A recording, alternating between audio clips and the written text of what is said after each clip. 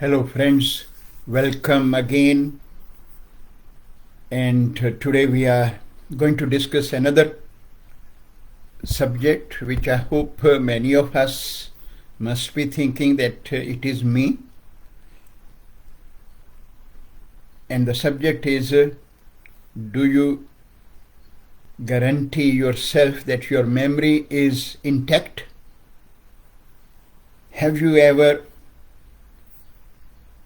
sit and try to analyze that where my memory is? Not necessarily you need to be 80-year-old to start analyzing, because by that time it is too late. But when we talk about memory, what exactly memory is? Means on a normal circumstances, if we talk about that your short-term memory, long-term memory, analyzing the things, storing the information, able to recall, concentration. These are the simple day-to-day happenings which happen for all of us, and we don't even realize that my memory is start getting a little bit compromised. And when I realize, by that time it is too late, because then it come to the stage where you will be termed by our medical system, it is not reversible now, and you are moving towards dementia, Alzheimer's or other kind of cognitive disorders. Now question is, why this happen and what we can do to protect it. On a day-to-day basis, it is essential that when you are using something, and if we don't look after it, it will definitely get affected. And that's our biggest dilemma is in human body and human nature, right? That we try to look after whatever belongs to me in the form of my assets. Even if you have a car, whether costly or not costly, you take it on a regular basis to your mechanic to get the warrant of fitness for your car, right? And then if you have your very nice shoes, you would like to polish them when you want to wear, so that everyone can praise you. You want to look clean, that's why you have a shower. But then no one wants to see that, okay, if I'm using my body, what is body? Body is a machine, we all understand that. And now if we don't look after that machine, why we think it is naturally given me a guarantee that I will never have any wear and tear? And this is what one science which we talk about, Ayurveda, help us to understand that we must look after every part of our body. And today we are going to talk about memory, which relate with the brain function from our Western perspective, even from the Ayurvedic physiology, even though in Ayurveda we go a little bit more beyond that how the brain can get affected. But I'm not going to focus too much on Ayurvedic concept, because this is my discussion for everyone.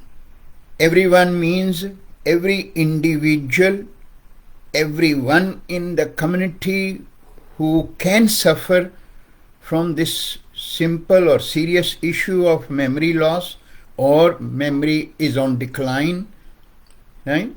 And then also to all kind of practitioner, not only Ayurvedic practitioner, but medical doctors, naturopaths, or other kind of practitioners who don't want to associate with Ayurveda, Hence, I'm not going to focus too much on Ayurveda, but then at least I hope some of them must be having a conscious practice where their focus will be, apart from making money out of this profession, they also have the desire to help their client in a right way. So that is where the message is for anyone who is able to listen to this talk. Now when this alarm start ringing that something is going wrong with my memory, then we try to ask our practitioners, GP, that what I can do. And then they will be advising that yes, you can go for taking various kind of supplement. And supplement, what are the supplements? Let's have a discussion on that first. That we are always advised about omega-3 fatty acid, fish oil, because we make our client understand that fish is very, very important component, and that is what you get these all from the fish, and hence you need to use this omega-3 sort of supplement. But if we try to make stats and analyze everyone who is suffering from memory loss, dementia, Alzheimer, throughout their life they have been eating fish every day, if not every meal. Then how come if fish oil and omega-3 is the requirement for an individual to maintain their memory, why those people are having all these problems of Alzheimer's and dementia? Then we also advise them that creatinine is one component which is an amino acid which can be in our brain cells and in our muscle cells, and which can get affected, right? And it very well established, it will always get affected due to our erratic lifestyle, and or even with some kind of injuries. But then it comes up straight away to that part that if one is not looking after them, this can naturally get affected. Then many of us will be advised that you need to get into caffeine. And again, if you look at anyone who is losing their memory or suffering from dementia or Alzheimer, throughout their life they have been drinking coffee all the time. So how come, if coffee was supposed to be good for my brain function and for my concentration and memory, why those people are the one who are suffering from? Then there are so many other kind of supplement, like mushroom is another one which get advised by many practitioners, right? Whether it is loin mushroom or the other kind of mushroom, because they have another amino acid which is L-theanine, right? And then there are various vitamin B complex part is coming up. Then vitamin D is another aspect which come to all of us as a natural part. So various supplement out in the market, which every individual starts using them in their life at one stage, whenever they, especially either if they get 40 or so, and even the magnesiums and other kind of supplement, everyone will be using them. But in spite of that, they ultimately can come and hit to that stage where it can be termed that one is losing their memory and they are now on toward the dementia or Alzheimer's. And reason of me talking about these two major cognitive disorders, that recent stats has come up that in Australia and New Zealand, Alzheimer is becoming one of the highest affected ailment after cancer.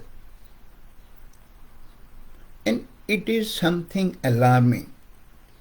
And then we know in our Western medicine, there is no solution for, apart from these kind of vitamin B complex or B12 or B6 and then all the other component which I just mentioned, to advise to the client, right, and start taking. But then question is, has there anyone seen that by taking these supplements one can reverse dementia or Alzheimer? And that's where our Western medicine will come up. They will say, no, once you have that, you have to live with it, and it's a progressive disorder, and you cannot reverse. Fair enough. But then, again coming back to Ayurveda, Ayurvedic Science, which is around with us for last 5,000 years ago, even though many are not very keen to talk about it very much, and the public still not very much aware of that, because again, even though many practitioners out, whether they are medical doctor, whether they are functional medicine practitioner, integrated medicine practitioner, or even naturopaths or herbalists, they would like to use Ayurvedic principle in their practice, but they won't talk about that, what exactly Ayurvedic science is and how it works. And one component which we always talk about, that Ayurvedic science is that science which enhance awareness of every individual, that how they can live with awareness so that they can prevent and protect themselves from having a various kind of ailment. This message is very direct to the public also, and to those practitioners, that let's come, and now time is coming up, that rather than you wasting your money on so-called supplement for enhancing and protecting your memory, one need to look at how my memory can be supported. Because I'm not asking you to wait for the memory loss to happen, but how one can work out and do certain things which can be helpful to protect your memory and not let that damage come to that stage where your specialist has to give you in writing that it is not a reversible issue now and you have to live with it. You can have a very good memory and remember every moment that when I'm moving on the last day towards the graveyard, I can remember everyone around me. That is what life need to be, rather than be in the bed and not even recognizing your son, grandsons and children around you. So on that note, what can be done? Very simple is, we need to get out of this concept of that these kind of supplement can help. But at the same time, yes, there are Ayurvedic herbs which help and protect you by using them on a regular basis in right amount of the dosages of those herbs, right? Earlier than being a too late sort of scenario. Reason why I am sharing this with you, because those herbs are corrective action rather than supplementation. Time is now gone that you need to pick up for every ailment a supplement. Supplement means you are asking, you are passing on a direct message to that part of the body that you need not to worry, you don't need to function. Here is the supplement which can do the job for you. But then what happened? That particular part of the brain, particular part, organ of your body will ultimately die. When you are not using it, what will happen? It's a common sense. That's what we need to ask ourselves. This is our body. You are trying to look after yourself. You are spending your money. If your doctors, your practitioner is advising you something, you must question. Or even if you're going and picking up from your shelf in the health shops, you need to ask yourself, is it something has done any good to me? Don't get into that placebo effect aspect and kind of thing, and then by the time when damage is already done, you have to say that it was a God will and I have to live with it. That's not the way. That is where Ayurveda comes up and talk about. And in Ayurvedic aspect, there are 3 bodily intelligence which are working in our brain, which has a great role to keep the function of our brain in regard to the memory, whether it's short-term memory, whether it is long-term, whether it is analytic, analyzing, judgment, all that part. Those all cognitive disorders, what we call as, these are the cognitive function which are governed by these 3 intelligence. So those kind of herbs can be used. Now, these herbs has been around with us thousands of years ago, and they have been well used by Ayurvedic practitioners. But then what the myth and what the question mark always get raised towards Ayurvedic herbs, that there is no scientific studies against them, there is no test done for them, there is no proofs about them, and then they will always question that Ayurvedic herbs are always not good quality, they are adulterated, because we always question anything coming from India that these will be adulterated. Then the heavy metal is one big thing which medical doctor, functional medicine practitioner, and even the naturopaths always question that. And that's where I will be sharing with you. Again, as I said, focus is our life. Focus is public's life. That if such problems can happen to them, how we can guide them, and rather than passing on wrong kind of information.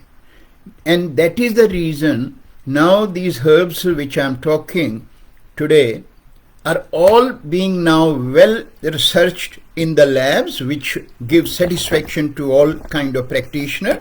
All the test has been done, right?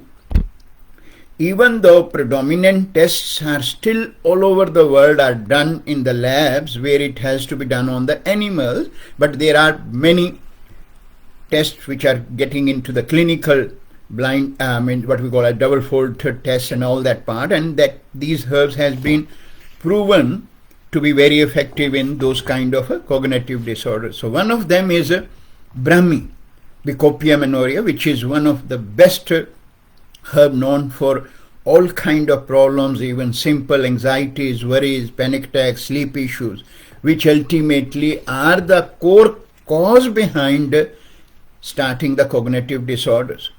Now, but question is how this herb works.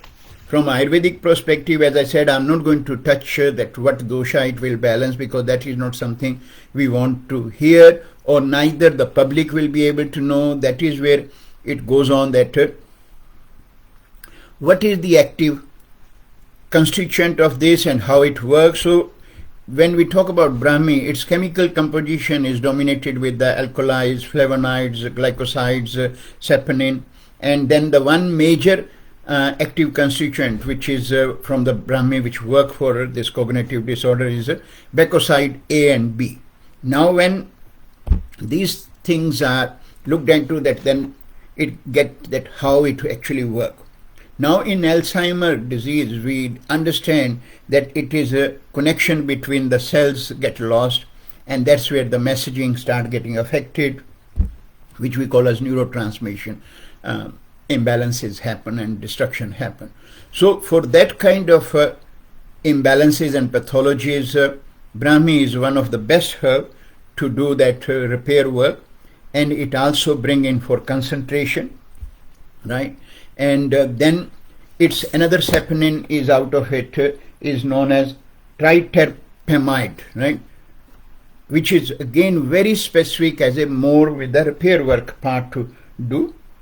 So even if we have to rely on the chemical composition of the herb, it has been very well established that Brahmi is one, Bicopia is one such herb which has the ability to do the repair work. So saying so that once you suffer, you don't need to, or you don't have the ability, you have to live with it, there is no reversal. So, but if you are able to pick up the problem in the early stages, or even if you feel that due to whatever reason of my lifestyle, I need to look after my brain, where the memory function is the one important component, we can start using these kind of herbs.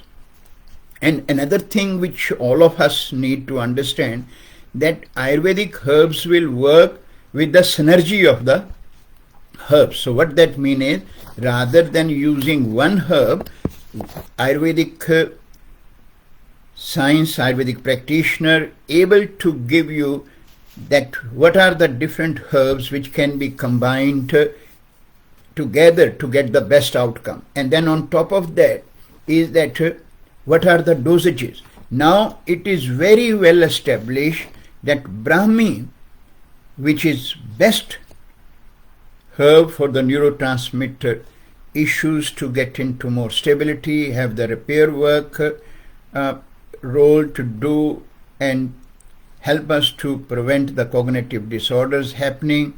It will work only when you are using 2 grams in a one single dose, not less than that part.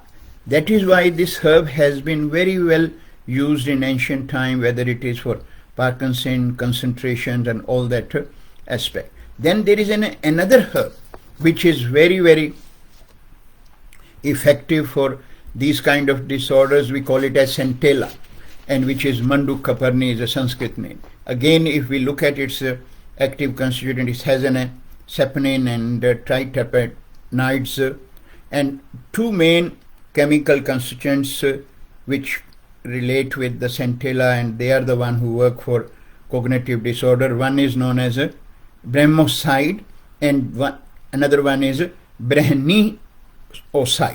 So these are the 2 active constituents, and they act as a stimulant for nervine function. That's why it is known as a best nervine tonic, rejuvenator. It also has a calming effect. That is why it carry the anxiolytic activities which relate with the anxieties and all that part.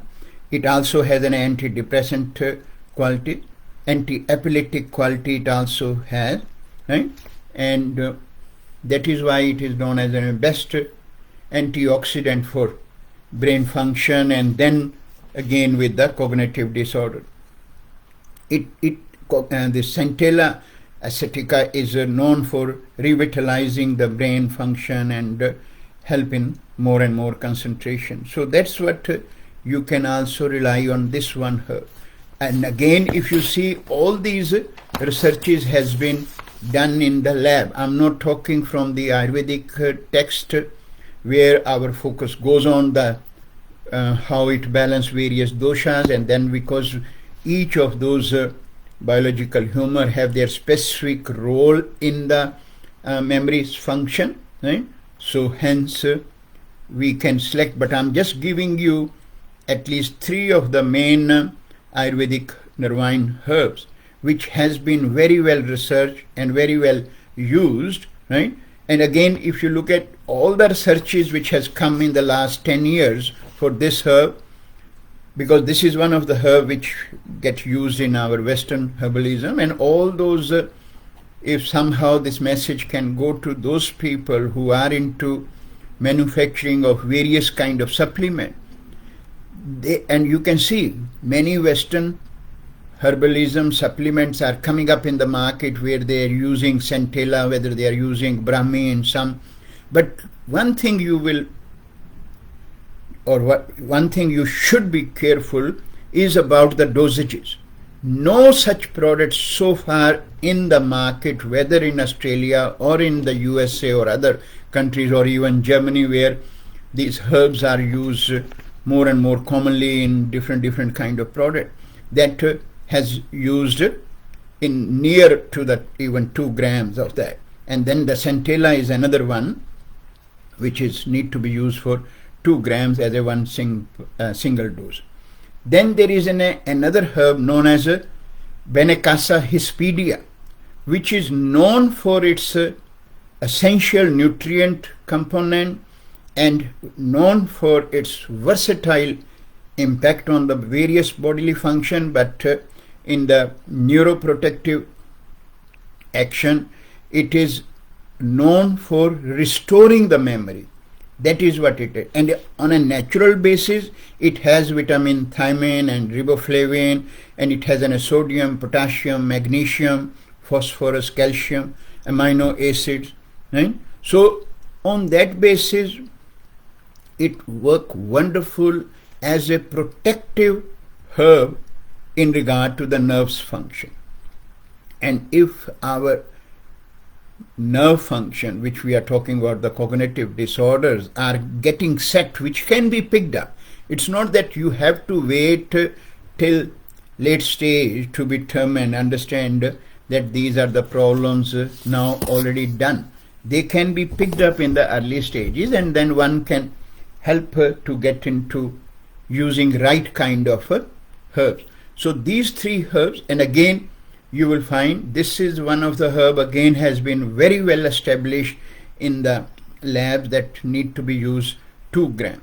So my request through this message is to those people who spend hundreds and thousands of dollars every year on different kind of product for restoring their memory and not able to get anywhere.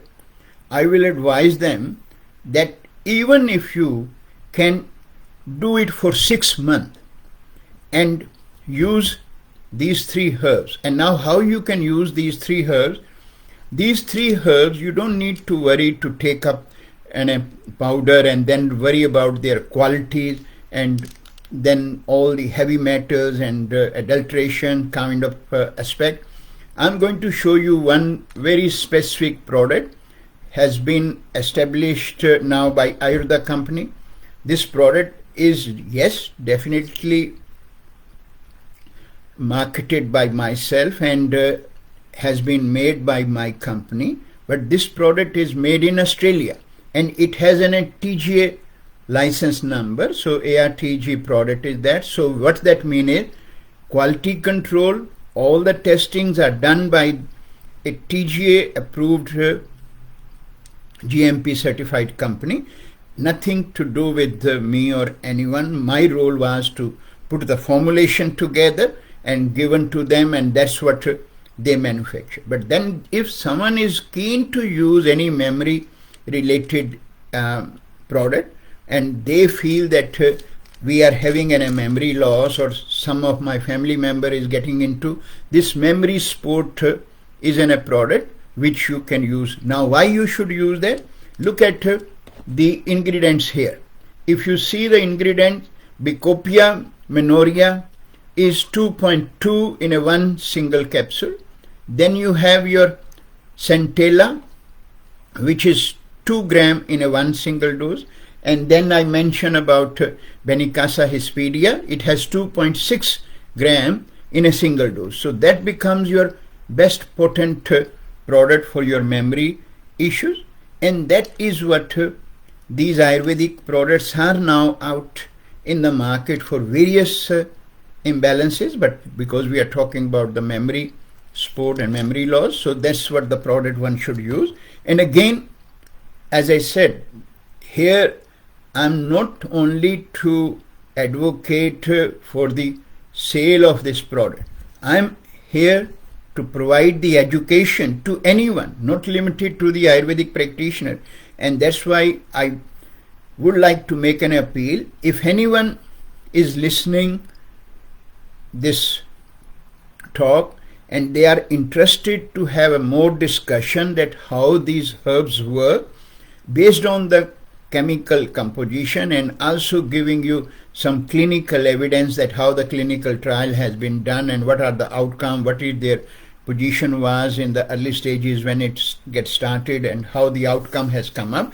I'm more than happy to have open webinars with anyone, and even if someone want to have a one-to-one discussion on these products, because what I'm sharing is not something which I'm making up myself, but these are now very well established about these herbs. You can search on all the various research platforms and the journal which can give you the information. But even someone still want to have a discussion. I live in New Zealand, but my business, my college is in Australia, in Brisbane, Australasian Institute of Ayurvedic Studies. We also have our Ayurvedic store where we have these kind of products available. So you can always call me. My number is 021913625.